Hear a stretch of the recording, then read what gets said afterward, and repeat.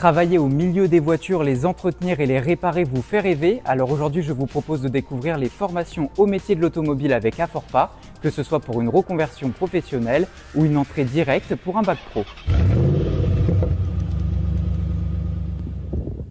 La rentrée est déjà bien entamée au campus des services de l'automobile de Guyancourt. Des élèves de tous horizons entament une nouvelle année pour se professionnaliser. L'Aforpa est un centre de formation automobile qui prépare principalement des jeunes au métier de l'automobile par alternance. Nous avons des jeunes qui viennent de collège, de lycée. Et d'ailleurs, nous avons de plus en plus de jeunes qui se reconvertissent vers les métiers de l'automobile qui sont porteurs d'emploi.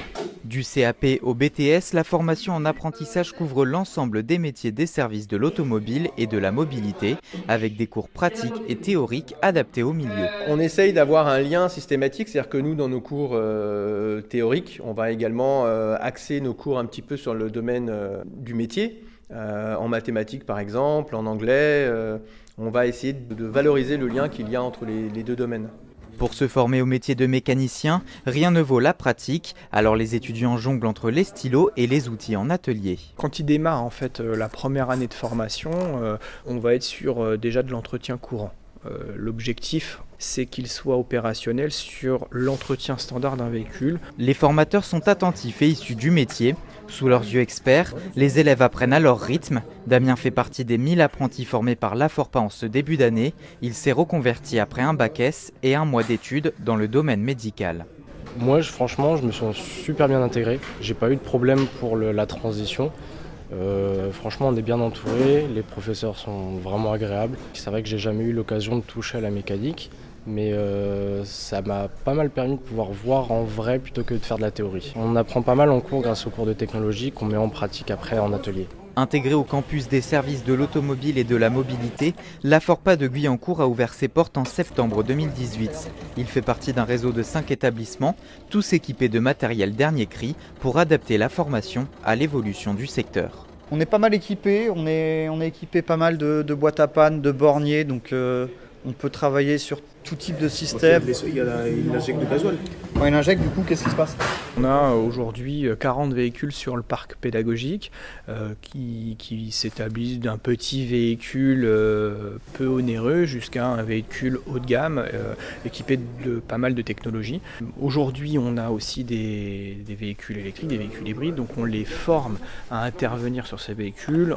En moyenne, une semaine sur 2, les apprentis en alternance travaillent en entreprise. Ce garage manicois accueille 5 apprentis de l'Aforpa. C'est assez dur de passer de l'école au garage, école-garage, il faut se réadapter chaque semaine. Donc c'est un peu dur là-dessus. Mais après, sinon, en termes financiers, en termes de savoir et de connaissances, d'expérience, ça c'est mieux. La pratique, ça aide beaucoup. Parce que c'est un métier pratique, donc si on fait que de la théorie, ça le fait pas. Un travail en entreprise évalué, Sébastien, le directeur, est en lien permanent avec l'établissement. Il y a une relation continue, les profs se déplacent, on discute des élèves, on fait un point 2 ou 3 fois dans l'année. Et s'il y a le moindre souci, on peut rentrer en relation avec eux sans problème.